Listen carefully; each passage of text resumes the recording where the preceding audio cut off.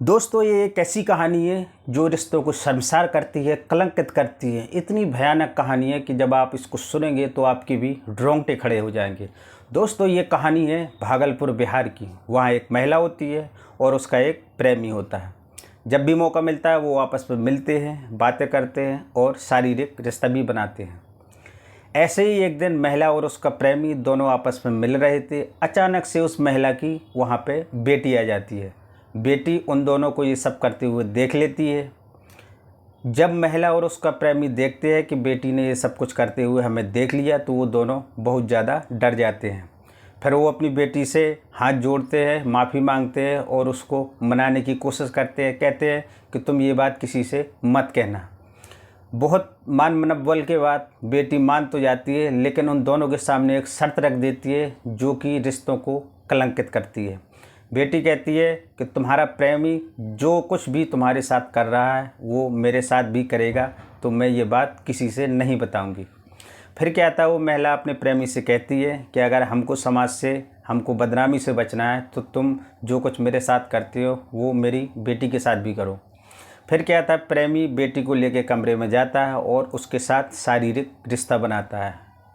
अब वो प्रेमी माँ और बेटी दोनों के साथ शारीरिक रिश्ता बनाता है और ऐसे ही ये सिलसिला आगे भी बहुत दिनों तक चलता रहता है। दोस्तों, ये रिश्तों को शर्मसार करने वाली, कलंकित करने वाली कहानी जब आप पूरी सुनेंगे तो आप भी हैरान रह जाएंगे।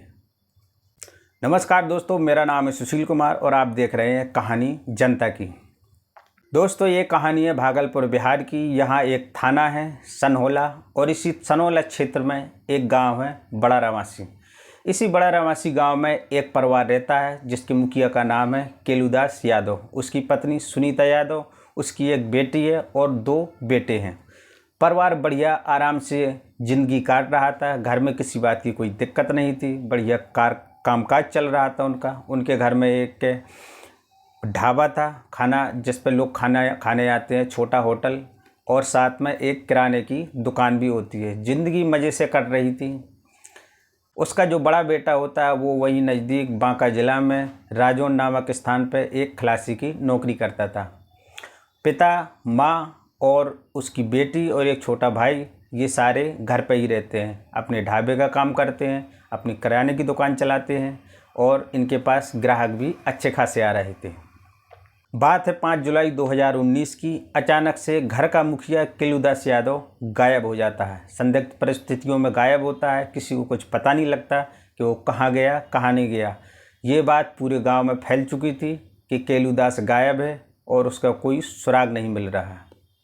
केलूदास के भाई को जब इस बात की जानकारी हुई तो उसने आस पड़ोस में बातचीत की, पूछा, घर वालों से पूछा, अपने रिश्तेदारों से पूछा, लेकिन उसको अपने भाई का कहीं भी कोई सुराग नहीं मिला।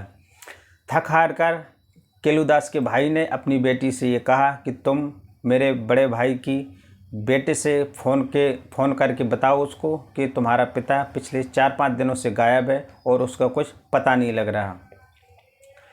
अब वो लड़की अपने चचेरे भाई दयानंद को फ़ोन लगाती है और कहती है कि तुम्हारे पिताजी पिछले 4-5 दिनों से घर नहीं आए हैं, उनका कुछ पता नहीं लग रहा, पता नहीं कहाँ है, आप आ जाओ और उनका पता लगाओ। दयानंद जब ये सब बातें सुनता है तो उसको बड़ा आश्चर्य होता है कि पिछले 4-5 दिन से पिताजी गायब है और माँ ने मुझे फ़ोन करके तक नहीं बताया है। वो अपने घर पे फ़ोन लगाता है, माँ से बात करता है, कहता है पिताजी कहाँ हैं, इतने दिनों से गायब है, आप लोगों ने मुझे बताया नहीं। माँ कहती है कि हमने सोचा कि कहीं गए होंगे, आ जाएंगे, लेकिन अब 4-5 दिन हो गए, हम तुमको फ़ोन ही करने वाले थे, लेकिन तब तक तुम्हारा फ़ोन आ गया। बेटे दयानंद को काफ़ी हैरानी होती है। वो सबसे बात करता है, आस पड़ोस वालों से करता है, रिश्तेदारों से करता है, अपने पिता के बारे में पूछता है, लेकिन उसको कहीं पर भी कोई सुराग नहीं मिलता है। बेटा थक हार कर 10 जुलाई 2019 को घर आ जाता है। घर में सभी से पूछता है, आस पड़ोस से पूछता है, फिर से रिश्तेदारों से पूछता है कि कहीं ऐसा ना हो गया कहीं पिताजी चले गए हो और अभी आ जाएंगे।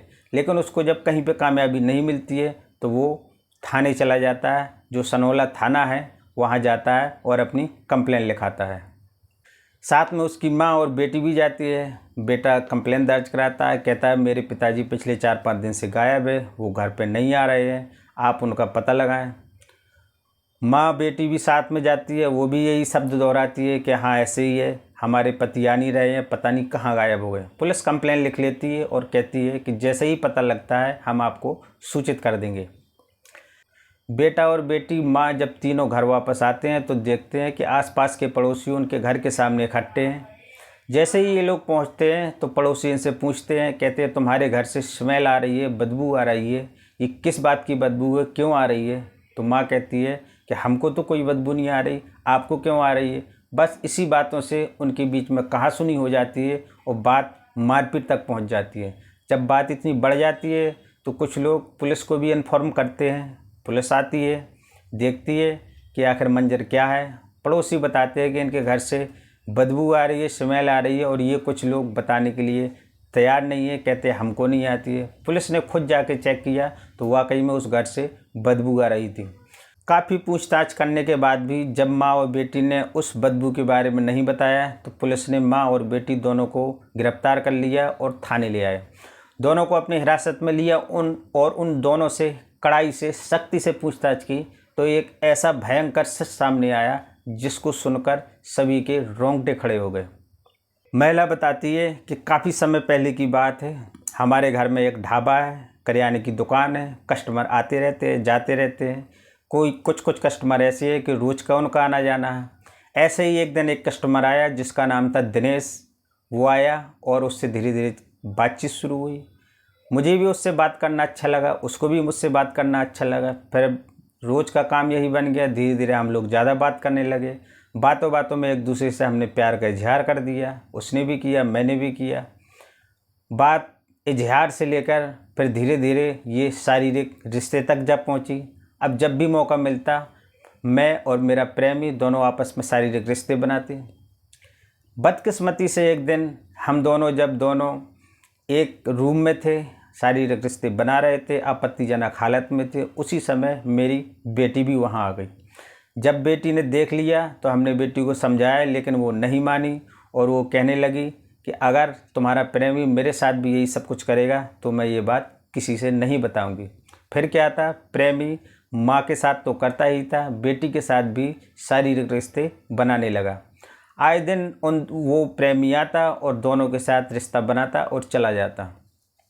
अचानक से एक दिन माँ उस प्रेमी के साथ में आपत्तिजनक हालत में थी। तभी परिवार के मुखिया केलूदास यादव ने उन दोनों को रंगे हाथ पकड़ लिया। फिर क्या था, केलूदास ने उनको बहुत धमकाया, डराया और धमकी दे के छोड़ दिया कि आइंदा तुम लोग ऐसा नहीं करोगे। और उस दिनेश नाम के व्यक्ति से भी कहा कि तुम कभी भी मेरी दुकान या ढाबे पे अब कभी दिखाई मत देना। उस दिन तो दिनेश चला जाता है, लेकिन फिर भी वो आना जाना बंद नहीं करता। जब भी मौका मिलता है वो आता रहता है और अपने रिश्ते कायम रखता है। एक दिन बेटी के साथ भी ऐसे ही आपत्तिजनक हालत में था। तब फिर से केलूदास ने उन दोनों को रंगे हाथ पकड़ लिया, आपत्तिजनक हालत में पकड़ लिया। उस दिन केलूदास को बहुत गुस्सा आया। उसने उन दोनों की जमकर पिटाई कर दी और कहा कि आइंदा अगर कभी मेरे घर में मेरी बीवी या मेरी बेटी के साथ नज़र आए या उनसे कभी बात करने की कोशिश की तो मैं तुमको जान से मार दूंगा। अब दिनेश का आना जाना बंद हो चुका था। इससे माँ और बेटी दोनों परेशान रहने लगे थे, क्योंकि इन दोनों को अपने प्रेमी की लत लग चुकी थी, उनकी आदत पड़ चुकी थी। जब तक वो उससे मिलता नहीं थे और उनसे शारीरिक रिश्ते नहीं बनाते थे तब तक इनको चैन नहीं पड़ता था। फिर तीनों ने मिलकर एक ऐसा षड्यंत्र रचा और अपने प्रेमी से कहा कि देखो, अगर ये केलूदास जो ये व्यक्ति है, अगर ये हमारे बीच में रहा तो हमको ये कभी मिलने नहीं देगा, ये हमारे लिए परेशानी का सबक बना रहेगा, इसलिए हम इसको रास्ते से हटा देते हैं। वो दिन था 5 जुलाई 2019 का दिन, जिस दिन इन्होंने तय किया। केलूदास घर पे आया और उसे खाना खा के सो गया। माँ और बेटी दोनों ने चुपके से अपने प्रेमी को बुलाया। जब केलूदास सो रहा था तो माँ ने पैर पकड़े, बेटी ने मुंह दबाया और उस दिनेश नाम के व्यक्ति ने उस केलूदास का गला रेतकर हत्या कर दी। तीनों ने एक इंसान की जान ले ली थी। अब तीनों घबरा गए कि आखिर इस लाश का क्या करें, अगर ऐसे में बाहर ले जाते हैं तो पकड़े जाएंगे और फंस जाएंगे। फिर इनके दिमाग में एक बात आई कि क्यों ना इसको हम यहीं पे दफना दें। फिर उन्होंने रात को तीनों ने गड्ढा खोदा घर के आंगन में और वहीं पे इसको दफना दिया, ऊपर से मिट्टी डाल दी। अगले दिन इन्होंने ईंटें मंगवाई, ईंटें मंगवा के उसी आंगन में पूरे में बिछवा दी ताकि हमेशा के लिए ये बात दफन हो जाए। जब पुलिस ने इन तीनों की हकीकत सुनी तो वहाँ घर पे गए और ईंटें निकाली। ईंटें निकाल के उसी जगह पे खुदाई की तो वहाँ पे केलू दास की लाश निकली। लाश को पोस्टमार्टम के लिए भेज दिया गया। अब इन तीनों को, उसके प्रेमी को और माँ बेटी तीनों को गिरफ्तार कर लिया। पुलिस ने इन तीनों को हिरासत में ले लिया और इनके जुर्म कबूल करने के बाद में इन तीनों को जेल भेज दिया। जब ये बात समाज में पता लगी तो सब हैरान रह गए, दंग रह गए, सन्न रह गए कि आखिर एक माँ और बेटी ऐसा घिनौना कृत्य, समाज को कलंकित करने वाला कृत्य कैसे कर सकते हैं। इन दोनों ने ना कि समाज को कलंकित किया बल्कि एक रिश्ते को भी शर्मसार किया है। दोस्तों, इस कहानी को सुनाने का मतलब किसी को परेशान या किसी को बदनाम करने का बिल्कुल नहीं है, बल्कि आपको जागरूक करने का है। आपको इसी तरह की कहानियाँ सुनने को मिलती रहेंगी हमारे चैनल पर, इसीलिए हमारे चैनल को, जनता की कहानी को आप ज़रूर सब्सक्राइब करें।